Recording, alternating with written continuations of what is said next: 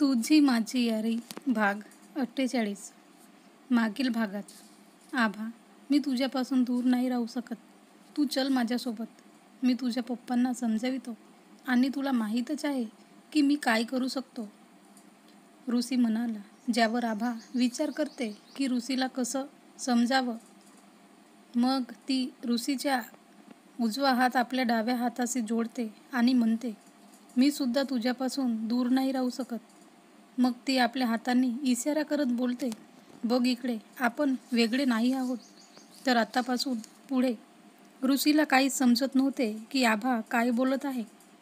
आपल्या दोघांच्या हातांची रेषा सारख्या आहेत, जे की एकमेकांशी जोडलेली आहेत. त्या रेषा आपल्याला कधीच वेगळं होऊ देणार नाही, जे नेहमी हे सांगेल की तू माझ्यासाठी आहेस आणि मी तुझ्यासाठी. आभा म्हणाली. ऋषी ह्या गोष्टीवर स्माईल करतो. ऋषी, माझे पप्पा मला खूप प्रेम करतात. माझ्या मामच्या गेल्यानंतर त्यांनी मला माझ्या मामची कमी कधीच होऊ दिली नाही. पप्पा माझ्यासोबत फक्त काही दिवस राहू इच्छितात आणि मलासुद्धा त्यांच्यासोबत काही क्षण घालवायचे आहेत. माझ्या पप्पाला माझी खूप चिंता होत आहे. बस तीच चिंता मला कमी करायची आहे. प्लीज ऋषी, मला जाऊ दे पप्पांसोबत. आभा म्हणाले. ओके फाईन, परंतु काही दिवस फक्त तुझ्यासाठी. आभा ऋषीला मिठी मारते. Flashback end. ऋषी आपल्या उजव्या हाताला बघत होता आणि आभाला आठवत होता. आभाने जे काही त्याला म्हटले होते ते तो आठवत होता.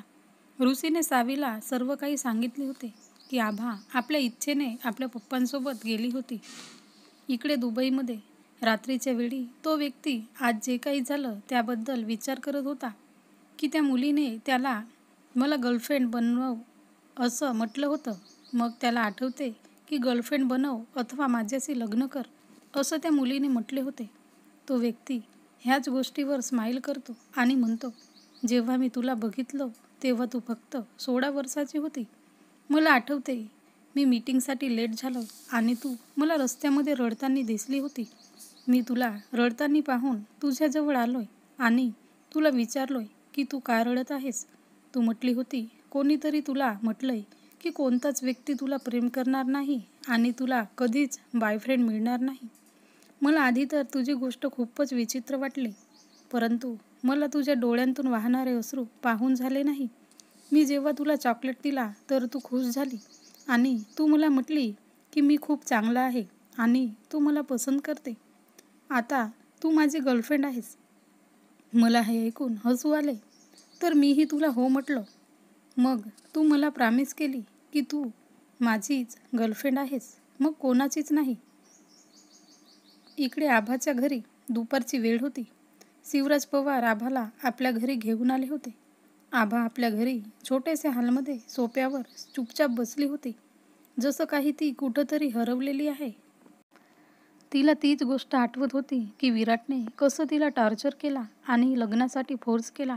तेवढ्यात तिथं एक 65 वयाची महिला आभाजवळ येते, जी दिसायला मॉडर्न होती. ती आभाला म्हणते, बेटा आभा, हे घे आणि घालून फ्रेश हो. आभा तिच्या आवाजाने भानावर येते. आभा तिच्याकडे पाहते.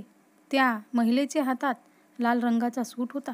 आभाची नजर जशी त्या सूटवर जाऊन थांबते, आभाला तोच लग्नाचा जोडा आठवतो आणि ती जोरजोरात रडत ओरडते, मला हे नाही घालायचे, हे माझ्याजवळ आणू नको, दूर ठेव त्याला, असं म्हणत ती रडते. आभाला तर असं रडताना पाहून ती महिला थोडी घाबरते. तेवढ्यात आभाचे पप्पा तिथं येतात. ते घरीच होते आणि बघतात की आभाला त्या कपड्यांपासून भीती वाटत आहे. ते आभाला आपल्या मिठीत घेतात आणि त्या महिलेला म्हणतात, राधाजी, तुम्ही ह्या कपड्यांना इथून घेऊन जा. मग राधा पटकन त्या कपड्यांना नेते. आभा थोडी शांत झाली होती. शिवराज पवारला आपल्या मुलीला असं बघून खूप वाईट वाटत होते. ते आभाला झोपवतात आणि दुःखी मनाने आभाच्या रूमच्या बाहेर येऊन हॉलमध्ये बसतात. राधा, जी की त्यांच्या शेजारीच राहत होती, तिची कोणतीच फॅमिली नव्हती, ती एकटीच राहत होती. ती आभाला खूप प्रेम करायची, आपल्या मुलीसारखी.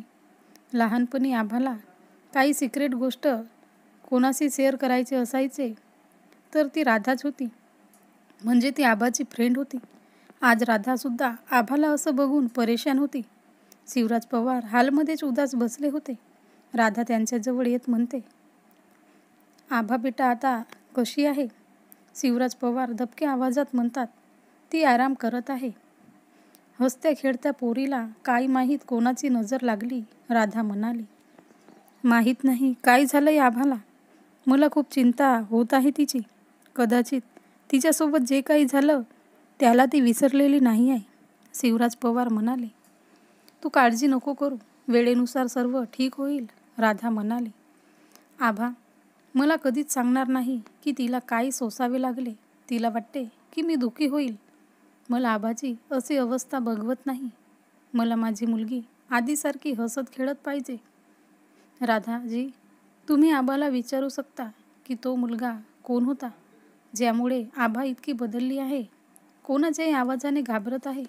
मी आपल्या आभाच्या गुन्हेगाराला शिक्षा देऊनच शांत होईल. शिवराज पवार म्हणाले, मी बोलते आभाची. राधा म्हणाले, संध्याकाळी शेराचं ऑफिस. एक बिल्डिंग जी दिसायला एखादी कंपनीच वाटत होती, परंतु त्या बिल्डिंगच्या आत जो होत होता तो नरकापेक्षा काही कमी नव्हता. ऋषी, ऋतिक आणि रोहन शेराच्या ऑफिसमध्ये आले होते. शेरा ऋषीजवळ येत बोलतो, सर त्याला काहीच नाही झालं, आत्ताही त्याच्यात जीव आहे. कुठं आहे तो आता? ऋषी म्हणाला. शेरा ऋषीच्या गुस्सा समजत होता. तो जास्त काही न बोलता आपल्या केबिनचा एक दरवाजा खोलतो, जो पाहायला एक सिंपल दरवाजा दिसत होता, पण ती एक सिक्रेट लिफ्ट होती. ते सर्वजण त्या लिफ्टने त्या बिल्डिंगच्या टॉप फ्लोअरवर येतात, जिथं शेरा त्यांना एका रूमकडे आणतो. शेरा त्या रूमचा दरवाजा खोलतो, जिथं आधीच 20 लोक उभे होते. शेरा त्या लोकांना तिथून जायला सांगतो. ते लोक जातात. मग शेरा त्या रूमच्या भिंतीवर असलेली एक फोटो बाजूला करतो, ज्यावरून त्या भिंतीचे 2 पार्टेशन होतात. ऋषी आणि रोहन हे बघून थोडे हैराण होतात की त्या भिंतीचे 2 वेगवेगळे भाग कसे झाले. ऋतिक त्या दोघांना पाहून हसत बोलतो, काय झालं तुम्हा दोघांना? रोहन त्याला विचारतो, हे कसं झालं? हा आमचा गुप्ताचा ऑफिस आहे, तुम्हाला कळणार नाही ते. ऋतिक म्हणाला. ऋषी त्याला घुरतो. ऋतिकला ते दिसते. तो म्हणतो, मला हे म्हणायचे आहे की माझ्या डॅडने स्पेशल माझ्यासाठी बनविले आहे, कारण मला काहीच प्रॉब्लेम झालीच तर इथला स्टाफ मला प्रोटेक्ट करेल. मग शेरा त्यांना भिंतीच्या दुसऱ्या बाजूला नेतो, जिथं आणखी एक रूम होता. शेरा त्या रूमचा दरवाजा खोलत म्हणतो, सर तो आतमध्ये आहे. सर्वजण त्या रूमच्या आत जातात. त्या रूममध्ये थोडासा उजेड होता, त्यामुळे जास्त काही दिसत नव्हता. तिथं फक्त विराटची सावली दिसत होती. शेरा रूमचा लाईट ऑन करतो. ऋषी आणि ऋतिक, रोहन लाईटच्या उजेडात आपल्यासमोर विराटला बघतात, जो खुर्चीवर बांधलेला होता. विराट रक्तबंबाळ होता आणि बेहोश होता. लाईटाच्या तेज उजेडाने त्याच्या डोळ्यावर पडतो, त्यामुळे त्याला थोडा त्रास होतो आणि तो आपले डोळे खोलतो आणि आपल्यासमोर ऋषीला बघून शॉक होतो. विराटला ऋषीला स्वतःसमोर बघून गुस्सा येतो. ऋषीला विराटला पाहून त्याला परत आभाच्या सोबत जे काही झालं त्याला आठवतं. मग त्याचे डोळे गुस्स्याने लाल होतात. विराट ऋषीच्या डोळ्यात गुस्सा बघतो. मग विराट ऋषीसमोर जोरजोराने हसतो. ऋषी त्याला असं हसताना पाहून आग बंबाळ होतो आणि त्याचा गळा पकडतो. रोहन आणि ऋतिक त्याला थांबवतात. ऋषी सोड त्याला, रोहन म्हणतो, पण ऋषी कोणाची काही ऐकत नाही. ऋषी बघतो की विराटचा दम घुटत आहे, तर तो त्याचा गळा सोडतो. विराट खोकलतो आणि श्वास घेतो. मलाही इतकाच गुस्सा येत होता जेव्हा तू माझ्या आभाच्या सोबत होता. तुला काय वाटते मी तुला घाबरतो? तू मला मारून टाकशील तरी मला काहीच फरक पडत नाही. मी फक्त आभाला प्रेम करतो आणि समोरही तिलाच प्रेम करेन, विराट म्हणाला. मग ऋषी त्याचे ऐकून म्हणतो, चल मानतो मी की तू मला घाबरत नाही, परंतु आभावर तुझा प्रेम आहे हे सर्व तुझी गैरसमज आहे. आणि तुला काय वाटते मी तुला मारून टाकेल? तर असं काहीच होणार नाही. ज्या प्रकारे तू मला आणि आभाला तडपवलास, त्याच प्रकारे प्रत्येक वेळी तू तडपशील आणि तीच तडप तुला मजबूर करेल मरायला. पण मी तुला मरू देणार नाही. तू प्रत्येक दिवशी हाच विचार करत मरशील की तू का आभाला प्रेम केलास. तर मित्र आणि मैत्रिणींनो, हा भाग कसा वाटला कमेंटमध्ये सांगा आणि जास्तीत जास्त शेअर करा.